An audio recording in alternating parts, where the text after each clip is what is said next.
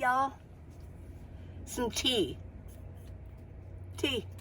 I've lost my taste recently for coffee. So we're going to have tea for a while. Here you go. There's yours. Here's mine. It's been brewing, and yours has been brewing too. So cheers.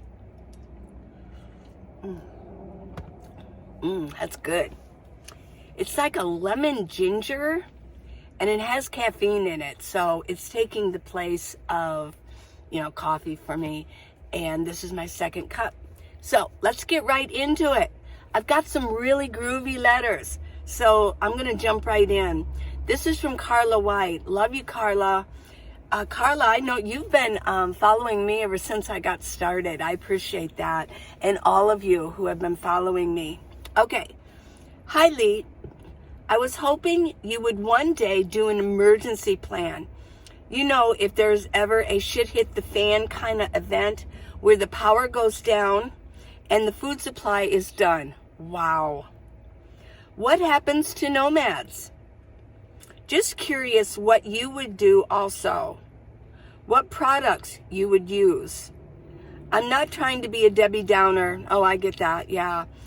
LOL. I am really just curious what nomads would do, especially if they don't have a home base or family.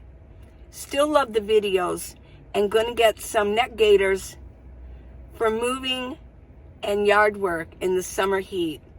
Have a great day. Yeah. Neck gaiters. Still have some of this color left and this here. And also have a lot of arm gaiters, and they're on minivanlee.com. I'm not going to order any more.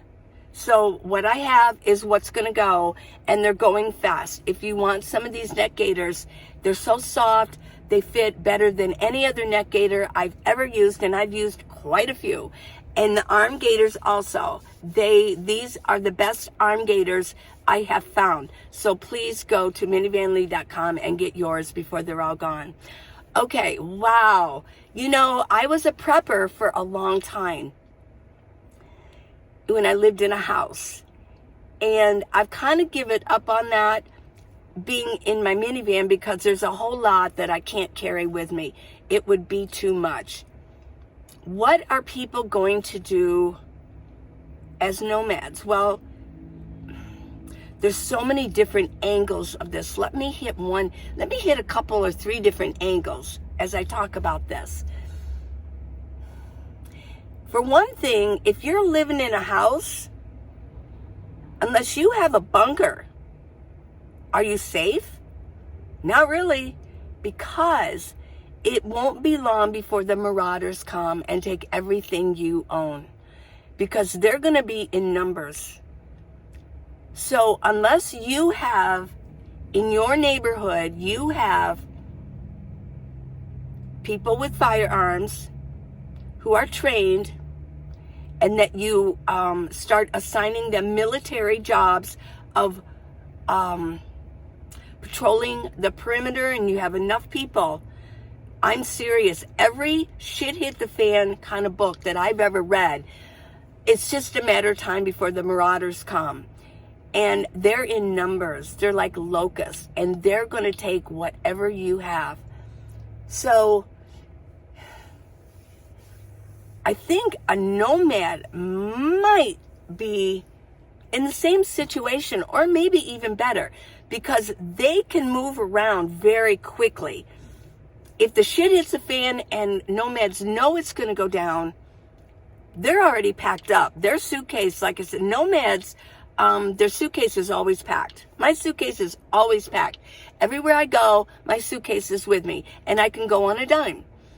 Now, that also means that the gas isn't going to work, and whatever gas we have, it's always important for a nomad to have their cars filled up with gas, and topping it off often. You don't want to get stuck without. And another thing too is you don't want to get stuck without water. Now, as far as water goes, you better have some filtration system going on too, a water purifier. Yes, you can drink pool water. You just have to filter it and possibly boil it. Yeah. If you're in a home, you're going to have water a little bit longer than maybe a Nomad would. Let's see, you got safety. Let's go with food first. You got food.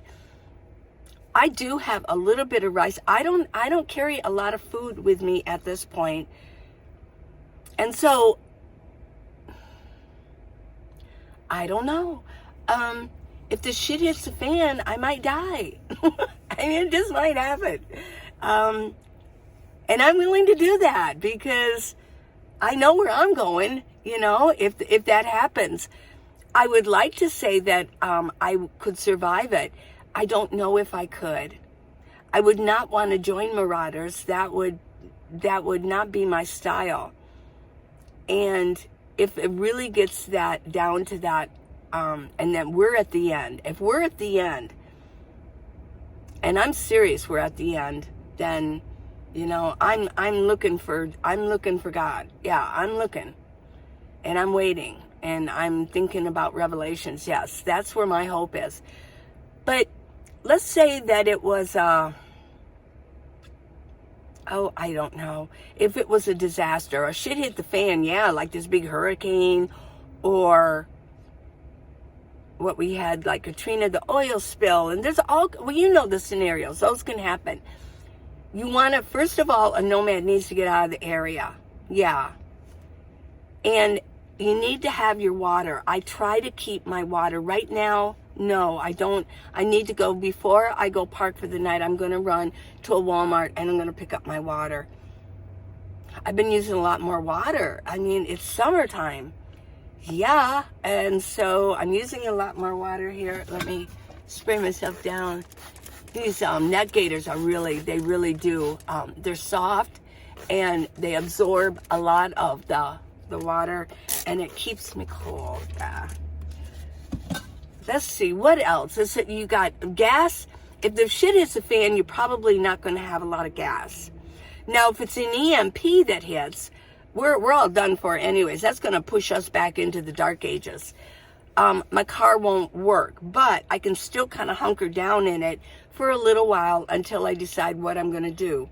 I do still have some bug out bag things, although I've integrated everything into my my van. So I would have to, like, one by one, I need to get a list together of things that I need for my bug out bag. But you know, just simple things like I need my knife, and I need, yeah. And plus I'm in southern Arizona. There's not a lot of water. Your best bet is to be near water. You know, leave your comments. What would you do if you were a Nomad and you were in a shit hit the fan kind of situation? You would want to get together with other Nomads or anybody. Like right now, I'm sitting at a park, and it's well, my daughter's here. I could get over there, and I would probably want to help her out. And also, let me bring this down. And also, my son is here, so we would all want to be together. But that doesn't mean that it's always going to be that case. If anything goes down, I might be someplace else. I'm pretty good at getting what I need and talking to other people and looking like I know what I'm doing. So as long as you look confident, yeah. And you always want to say you have a skill. If you have a skill, you will be let in with a group. I don't know. You can always lie that you have a certain skill just so you can survive. Let them know that you have a skill. Maybe not that. Let them know you have a skill, even if you don't. Yeah. So I'm guessing that actually, I think being in a home or being in, or being a Nomad, I think they're equal in different ways. I think that there's the pros and the cons, and I think that it's pretty well equal. A person in a home has a little bit more resources, but they don't have the mobility that a Nomad does.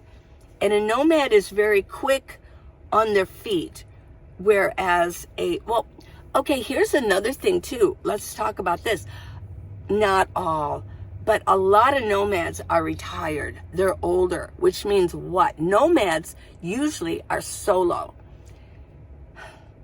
There's a little bit of advantage to that, isn't there? Because how many people have children to worry about? Little babies and little children to worry about in a shit hit the fan situation. And that is going to change everything. Yeah. You know what I would probably do, because I love children so much. I love to talk to them. I love to wave at them. I like to wink at them. And I love to let children know that the world is an okay place. And especially since COVID, that I like to look at them and just, smile at them. They got so used to us wearing masks that I really do like to let children know that the world is a nice place and there's nice people in it. But what I would probably want to do for me personally is I would want to possibly help, and God would probably bring them to me, that I would want to help somebody who has a child, that I could help take care of them just a little bit during this time. So, well, I think it's going to be equal, and I think it'd be very interesting, wouldn't it? I don't think if it's a real shit hit the fan situation, a lot of people aren't going to survive it. And that might be me. I might be in that group, but that's okay. I've lived a good life, and I always say that if I had to run for my life, I will die, because I don't run very well. I don't. And I might seem like I'm really in shape and all that jazz, but when you're dealing with this situation, I don't think a lot of people totally understand what could happen. I've read a lot of books. 1 Second After, and Alas Babylon, and Earth Abides, and the real shit hit the fan kind of books. And it's not easy. Most people die. Okay, so thank you, Carla, for that. I mean, it's good fodder for the brain, isn't it? Let's think about these things. Okay. Let's see, what are we next? Oh, hi, Trent. I hope you don't mind me using your name.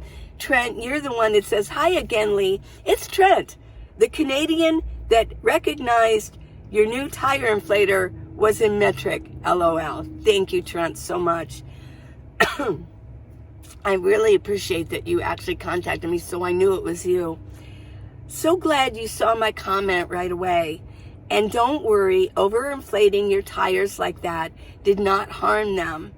Underinflating is much worse, as it is disastrous on the sidewalls. Okay. I have a question that you might consider for future videos. Well, let's do it now. Let's see. You recently interviewed Elaine, or Travel Grandma, which I can totally relate to. My wife has if you remember, Travel Grandma traveled. She was a grandmother, and she traveled, and she had her minivan tricked out in a way that she could make it for just her, which was most of the time, or if her husband wanted to join her, that they could double up together. She had designed this most wonderful, I'll leave the link for that. Well, but he didn't always want to go with her. And she just went on her own. She said, that's fine, I'm going to travel. Well, it says, my wife has no interest in traveling, whether by van, RV, hotel, renting a park model, etc. She would rather put up with our freezing cold prairie winters and stay near our kids and grandchildren. She is perfectly content staying in the condo and watching TV. On the other hand, let me see.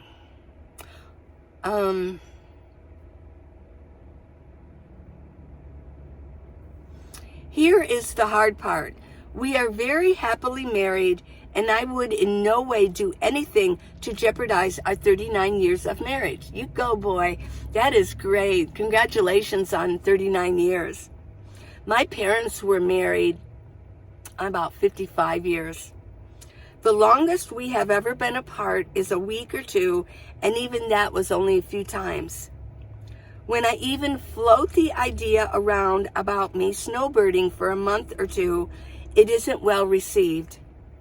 I would love to hear your thoughts on this topic. Knowing that it works for Elaine somehow makes it seem possible for aspiring part-time nomads like me. Also, maybe your viewers might have some insight. Oh yeah, everybody, let's jump in on this one for Trent. Or past experience with this. I am very grateful for all you do to help the community. Please keep spreading the positive word, and let's all be kind to one another. Sincerely, Trent. Yes, let's be kind to one another. Okay, wow. I've got my opinions. Of course I do. I understand that you want to do something that your wife doesn't want to do. My problem is that she wants to keep you from doing what you want to do. And I don't think you want to keep her from doing what she wants to do. So I have a problem with that, and I'm not trying to hurt your marriage. She's going to have to learn to understand. This is where my head is at. She's going to have to learn to understand that this is your life too. And there's nothing wrong with a couple of months of spending time apart so that you can go do what you want to do. Now, my advice for your wife is to let you do it so that you can be happy. You don't want to be resentful, you know? Do you want to be resented for keeping, so many people say when they get older, their greatest regrets are things that they didn't do. Not things they did, but things they didn't do. But here's the kicker. I'm speaking to your wife, Trent. Here's the kicker. That if you let him go, and you let it go like it, you don't want to hold a bird in your hand so tight, it will kill the bird.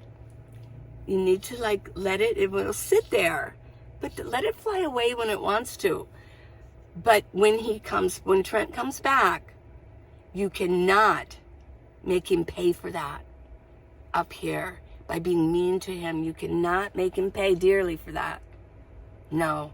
So, you have to let him go, and you have to be happy for him. And what's wrong with you trying it out too? Yeah, I think you made it 39 years. Let's make it another 39. Come on. Well, you know what I mean. I'm going on the premise that according to the scripture, God gave us 120 years. Not like Methuselah and Enoch and all them. They lived to be thousands, or almost 1,000 years. But then God said, is given man now 120 years. So I think, I've said it before, I think that it's possible that we have 120 years. And I'm going to shoot for it. So, because I think life is a lot of fun. But we do want to have fun in life, don't we? We want to do what we want to do. It would be really hard for somebody to say, no, you can't do that. I don't want you to do that. That would be very difficult for me. I think everybody should be able to want to go where they want to go, travel where they want to go, and go when they want to go. Within reason, and if you're in a relationship, you do want to have that compromise. But that means compromise. You have to compromise. So, Trent, yeah. You've been compromising. I think your wife should compromise. I know. Ooh. Well, there you go. That's my opinion. Love you, Trent. Yeah. Be nice to see you out here. Why don't you plan for it next year and come to Quartzsite for 1 month? Just come to Quartzsite. Or 2 weeks. 2 weeks. Come to Quartzsite for 2 weeks. Bring your wife. Come on, let's go. Okay. Let's do another one, okay? Oh, this is Teresa. Hi, Teresa. Hi, Minivan Lee. I've recently found your YouTube channel and podcast, and I really enjoy both.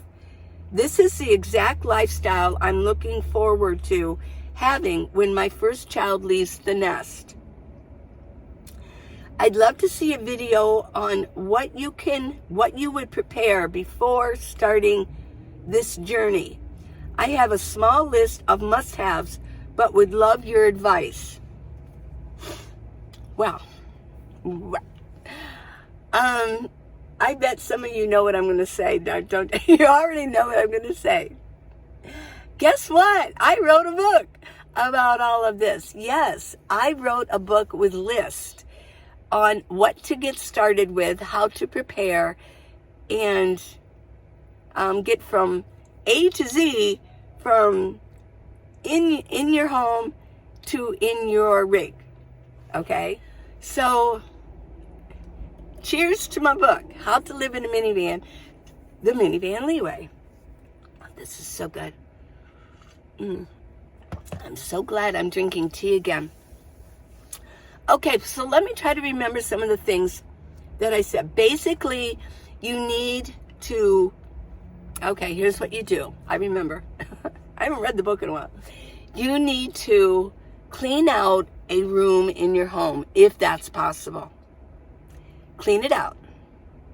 Or clean an area of it out. Now go through your home and everything that you think that you're going to need for the nomad life, start putting it in that room. Now, you need to go get a notebook. A dedicated brand new notebook with a brand new pen or pencil, and keep it on your kitchen counter or on your desk, and you need to make lists. I've got lists already for you, but those lists include a lot of things that you might not think, well, this isn't for me. So you need to get that. You need to get my book. It's not that expensive. And you need to go through the list, and then you need to transfer some of that list into your notebook. Yes. There's going to be a lot of questions you're going to have, like, where's going to be your domicile? Seriously. I could go on and on about this, but the book is already written, and it's already there for you. So there you go. There you go, Teresa. I'll leave the link for that too. Here's another one. My fear, this is from Simply Living. My fear is how much to spend on a minivan. Ooh. Because I have finally got savings, and fear if I spend a small amount, I might get a lemon. I'm 59. So do I do a no build out with my little car or get a minivan or a van? I would get a minivan. I really would. Or a van. That's what I would do. If you're going to do it for the long haul, at least get a minivan. Look at this. Look at this. I love my minivan. I would not. I have decided. Look at me. I'm all limey green. Woo. I'm lime. I'm a limey today. I love my minivan. And will I get anything larger than a minivan? I really don't think I will. I really like the minivan. Well, I don't know how much you should spend on a minivan. I really don't. My first minivan was 5 years ago, and I spent $3,800 for it. It was a 2006, and it had 140,000 miles. And if you remember, that thing went for 5 years. And I loved it, but just recently, too many gaskets were leaking oil, and so I had to immediately, it was unfixable. And I could drive it, but the harmonic balancer, which keeps your car running in the first place, was kind of falling apart, he said, because of the oil leaking, that I had to immediately get this. If you don't know the story, go back a few videos, and yeah, it was a big deal. So came to Tucson, and I bought this one, and I drove it back to Quartzsite, and it took about 2-3 weeks before, and I could integrate into my new minivan, and then I had my old one towed away. This one I spent about $8,000 on it. So yeah, but it's a 2014, and it only had 95,000 miles on it, which, wow. I mean, I was happy to spend it. I did have to spend a lot of my savings. And I'm trying to squeak that back up too. So, anybody just, I know. Anybody wants to give me a super thanks, give me a super thanks. Yeah, give me a tip. Hey, I made you tea. Give me a tip. Yes. They're called super thanks, and it's underneath the video. It's where the thumbs up, thumbs down, and if you just go over to the right a little bit, there's a little super thanks. It's a heart with a thanks on it or something like that. Yeah, hit it and give me a tip. Give me a tip. Help me get my savings back up. Well, that's the way it worked for me. Now, I do a lot of praying when it comes to this situation. I do a lot of praying, and every time I do, and every time I count on God to help me with this, He always does it in such a way that it's even better than what I ever could have expected. It might not seem that way at first, but it always comes out beautiful, even more perfect than I could have even imagined. So I would say that you need to think about it. What do you want? Put it out to God that this is what you need and this is what you want. And if you're a believer, He is going to make things happen for you. Here's the thing that I'm getting, is that a lot of people are saying, there's no minivans out there. There's no vans out there. They're too expensive. I can't find any. As soon as, I'm just going to say it, as soon as I heard that the mechanic could not fix my minivan, the next morning I went to Craigslist, and I found 3 or 4 minivans. So I don't know. It depends on whether you're going to go to a dealership or if you're going to buy private. I took a lot of faith. My minivan's name is Faith because it took a lot of faith to buy this minivan. It was a salvage title too. I thus found out that salvage titles can be pretty darn wonderful. And this one is serving me very, very nicely so far. And I love this. Thank you, Faith. Yeah. So you have faith too. And that's, I don't know how much you should spend for a minivan.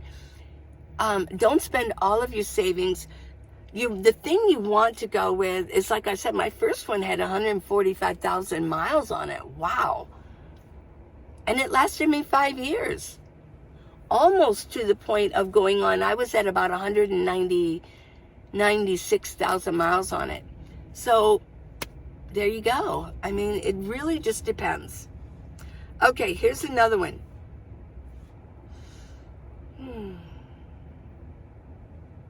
Okay, there's that one. That's up. Okay, here's one from Jessica. Hi, Jessica. This is kind of a long one. Let's address her issues. Morning, Lee. I have a question. I don't know what, let me open this up. I don't know what info you need to answer my question. So I'll give a quick lowdown. I'm 54. I'm going to retire in 8 years at 62. I live with family. It's kind of long-term, but not. Until the matriarch passes away, Mom. Then we're all going someplace. Sister's house or girlfriend's house. But I don't want to be the spinster aunt living in a relative's house. You know what I'm saying.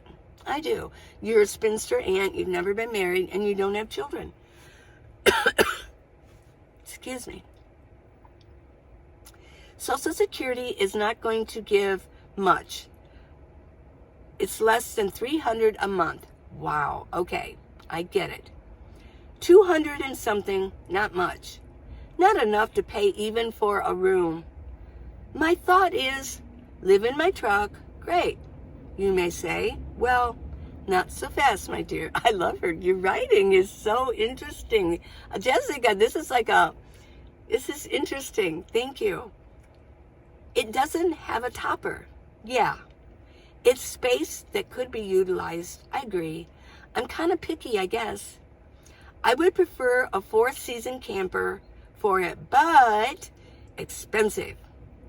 Ideally, a small motorhome because it has everything I would need. A restroom, kitchen, etc. Very expensive. So I'm back to thinking truck, topper, simple. More in my price range, but still pricey. Then I rethink and say, well, if I'm going to have to live in my truck, maybe I should sell it to my brother and invest in a motorhome. It would be money, debt though. So then I think, 4-season camper for the truck, used one. And then I think, well, do I start looking now or do I wait? Wait for what you may be saying? Well, I'm saying that too. I just don't know what to do, what my future is going to be, where I'm headed. It's kind of scary, especially as I get older. I never thought about this when I was younger. Wow, you're not alone. Or about my health. But now at 54, I'm noticing some aches and pains more often, lower back pain. I pulled something there, so every now and then it rears its ugly head. Well, Lee, do you have any advice for me? I'm open-minded to anything.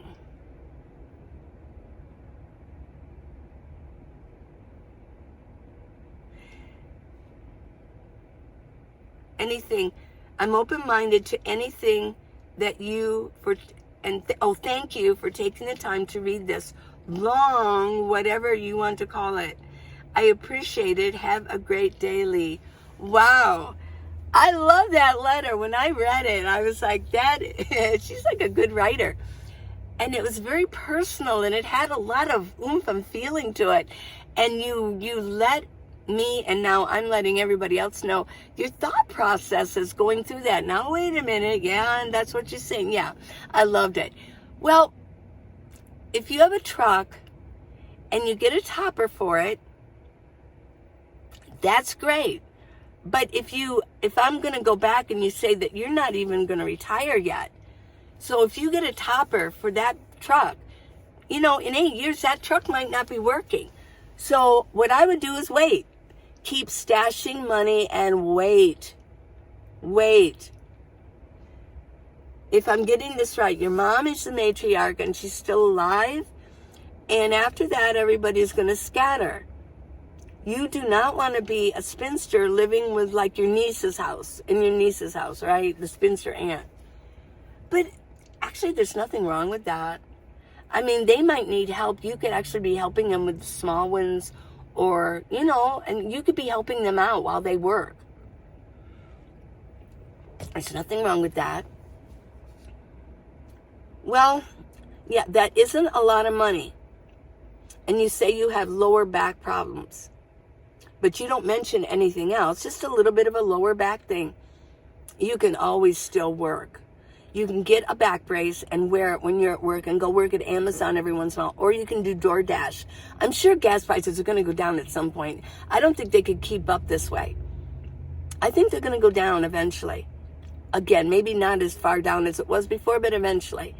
You could work DoorDash. You could do all kinds of things. Start working DoorDash at night and start stashing money into your savings. Anybody else that has any suggestions for Aunt Jessica? Yeah, give it. Because seriously, we are all here to help each other. And I think that's what we're meant to do. A lot of you say, I'm such an inspiration and I'm helping people out. Do you know how that makes me feel? That is a joy to know that I might be helping somebody.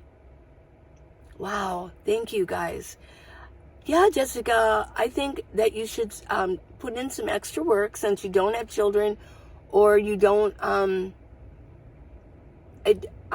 don't think I caught where you live now.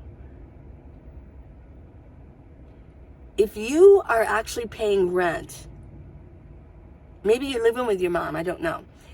If you are, or if you're renting on your own, I would move in with maybe your nieces and say, I'm here to help you. Do you have an extra room? Or I'll live in the basement. Or if it's a nice basement. You need to start stashing money. Start a plan. You need to start stashing money away for your savings so that you can possibly, I would get a minivan. Use the truck for whatever you need to use it for, and then get a minivan. Yeah, sell the truck. And yeah, that's what I would do, Jessica. Okay, well, I hope you enjoyed this. I know this has become my little studio here. And